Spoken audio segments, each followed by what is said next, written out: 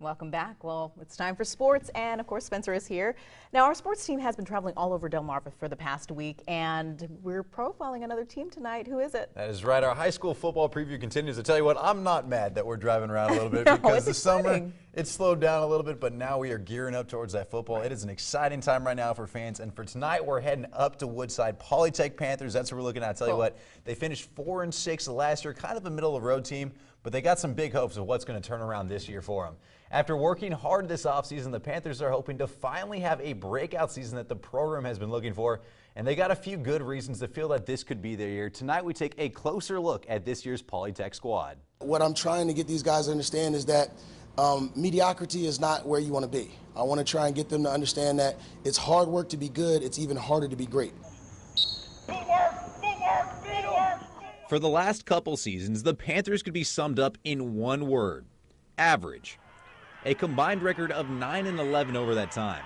Never the doormat of the conference, but not raising any trophies either. That, however, was before Coach Burris took over. It's a lot more intense. I mean, this year it's like we condition, 90% of the practice we're conditioning, and then the other we're just working on skills, working and getting things together. But I mean, it's a lot more intense. First order of business, developing a sense of urgency. Just because you played last year, you were a starter last year, that means nothing to me. As far as I'm concerned, this entire camp is open tryouts. And there are plenty of spots to still be won too after losing players like Gabe Brown and Tim Butler from a year ago. One key piece they do return, however, is at quarterback in Jason Rigby. I think he's doing a great job. I mean, I know he's been the starter here as a quarterback for the past 2 seasons. While, again, his job isn't written in stone, if he's the man, he's going to be the man. And right now, he's showing that he's the man. But even with Rigby calling the shots, not many are expecting much out of the Panthers this season. But that fits them just fine. One thing that I always say out there is prove everybody wrong. Like, if they're expecting something from us, then prove them wrong. Like, I see that look on their face when we beat them.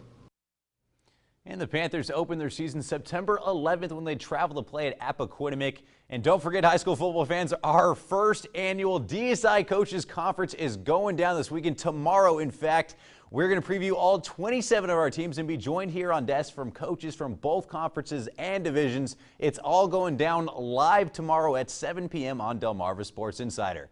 And the Shorebirds were back in action tonight when they squared off against the Drive. Delmarva was looking to get back to 500 on the season, but it just really was not their night in the sun. Greenville racked up 16 hits as they went on to get the win 10-5, the final there.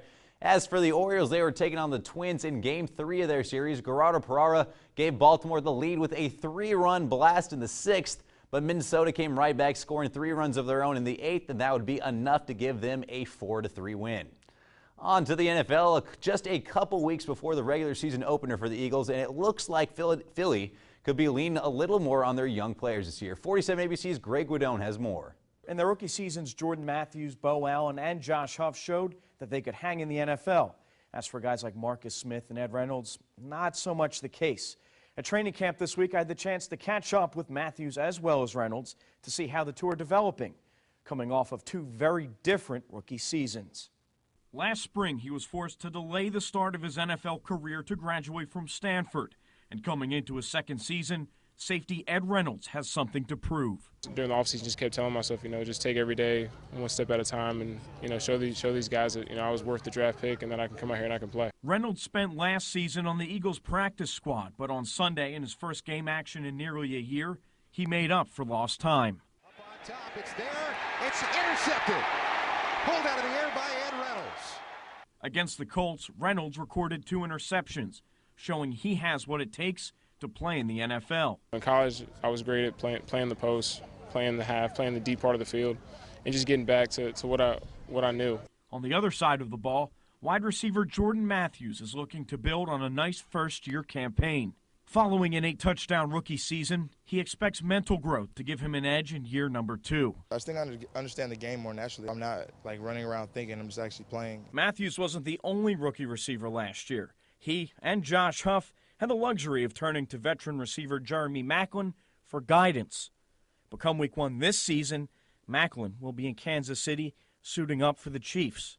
In his absence, Matthews thinks the receiving corps will be just fine. I don't think it's like how when I came in, me asking Macklin questions. We're just like best friends, so all of us, we just trying to always feed off each other and try to keep that energy up. Next up for the Birds, a trip to Green Bay to take on the Packers before wrapping up the preseason in New York against the Jets.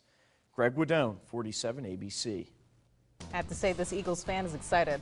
He should be. I mean, Chip Kelly, regardless of all the back noise, he's been winning 10 games a year, so we'll see what happens.